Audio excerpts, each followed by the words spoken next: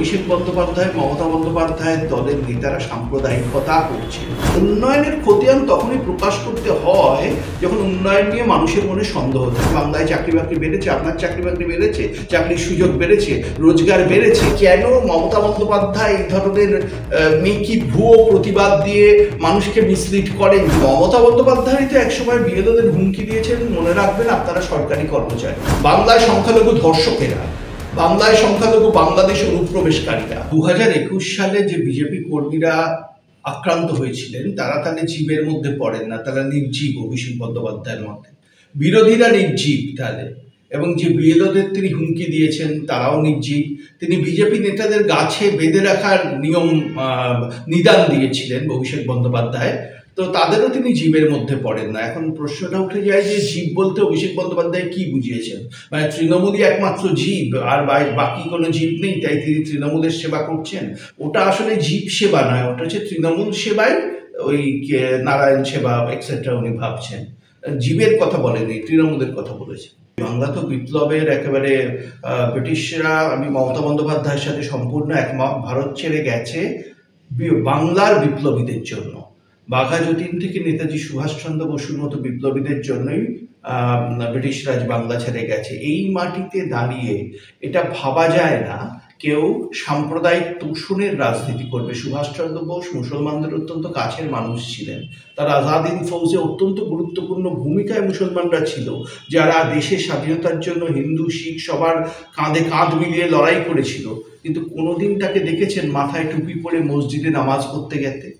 তিনি ধর্মকে ব্যক্তিগত বিষয় হিসেবে মানতেন। বাংলার বিপ্লবীরা সাম্প্রদায়িক ছিলেন না, কিন্তু অভিষেক বন্দ্যোপাধ্যায়, মমতা বন্দ্যোপাধ্যায়ের দলের নেতারা সাম্প্রদায়িকতা করছেন। এই সাম্প্রদায়িকতার জন্যই বাংলায় বিজেপির এইভাবে উত্থান হয়েছে, কারণ every action is a equal and opposite reaction.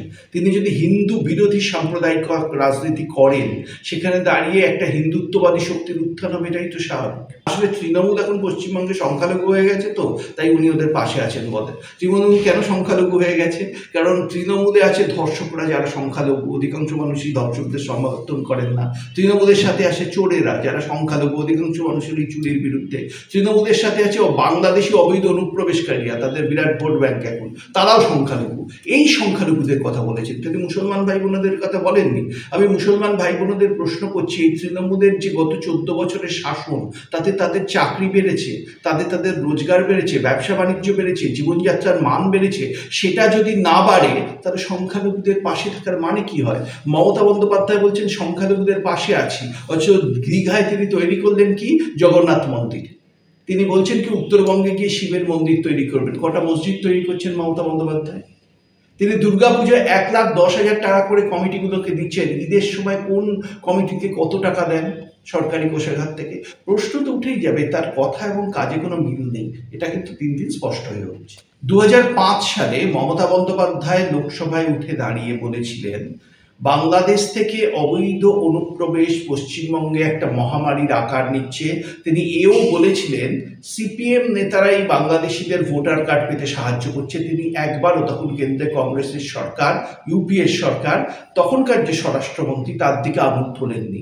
তার যদি সে সময় মমতা বন্দ্যোপাধ্যায়ের মতে এই অবৈধ অনুপ্রবেশের জন্য দায়ী সিপিএম এর সরকার হয়, তাহলে এখন তো তৃণমূলকেই দায় নিতে হবে। কেন সিপিএম এর সরকারকে মমতা দায়ী করেছিলেন সেটা বুঝুন।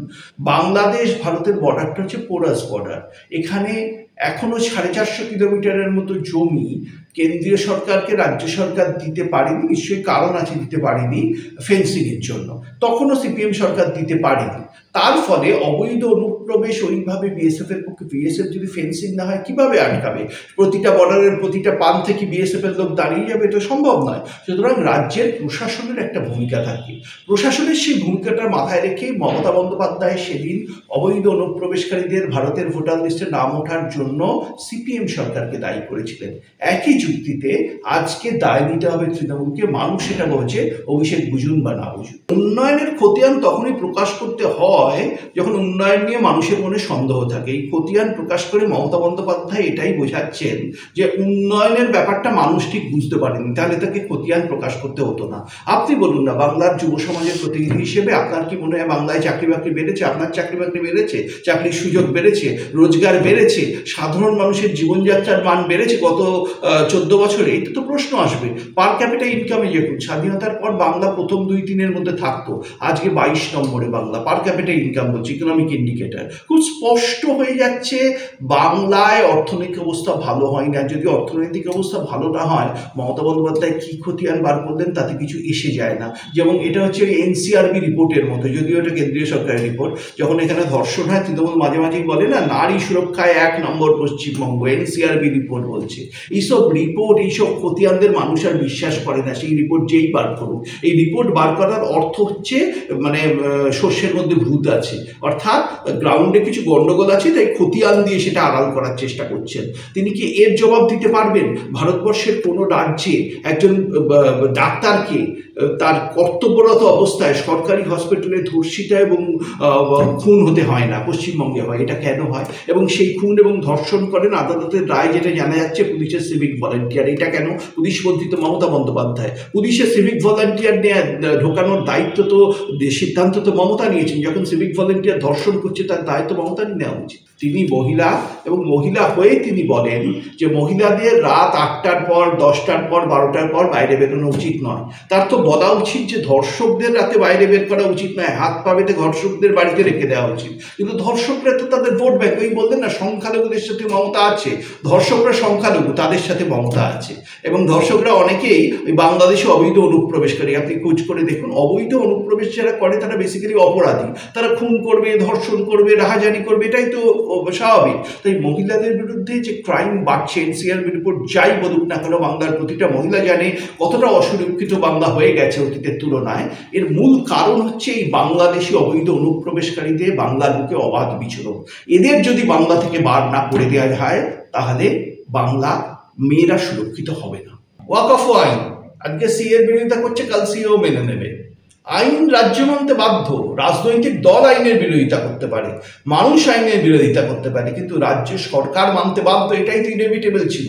তাহলে কেন মমতা বন্দ্যোপাধ্যায় এই ধরনের মেকি ভুয়ো প্রতিবাদ দিয়ে মানুষকে মিসলিড করেন? যদি ওয়াকফ আইন মেনে নেই ছিল, তাহলে প্রতিবাদ কর্মসূচি এভাবে করলেন কেন? কালকে সিও মেনে দেবে। আমি আপনাকে লিখে নিন, আপনি আমার এই রেকর্ডিংটা মনে রেখে দেবেন, সিএ আইনও মেনে দেবে, কারণ সিএটাও আইন।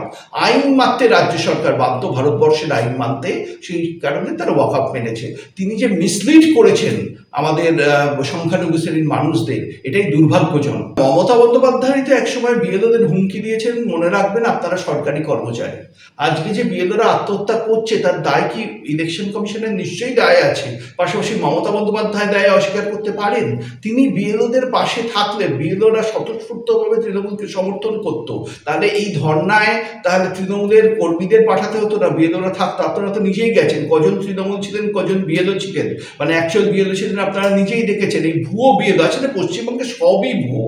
ভুয়ো রেশন কার্ড, ভুয়ো ভোটার কার্ড, ভুয়ো বিএলও, সবই একটা ভুয়োদের রাজত্ব চলছে। ভুয়ো নেতা, ভুয়ো মুখ্যমন্ত্রী, এইসবই চলছে এখানে। কোনো কিছু সঠিক নয়। মুখ্যমন্ত্রী মিথ্যে কথা বলেন, মুখ্যমন্ত্রী মিথ্যে বলেন যে সিএ মানবেন না, ওয়াকফ আইন মানবেন না, প্রতিটা আইনই উনি মানেন। উনি বলেছিলেন এসআইআর করতে দেবেন না, এসআইআর হচ্ছে কি করে? আমি যদি তাকে প্রশ্ন করি, উনি তো 21শে জুলাই বলেছিলেন এসআইআর করতে দেব না, বা বারবার বলেছেন তার দলের নেতারা এসআইআর করতে দেবো না। আজকে কি করে হচ্ছে?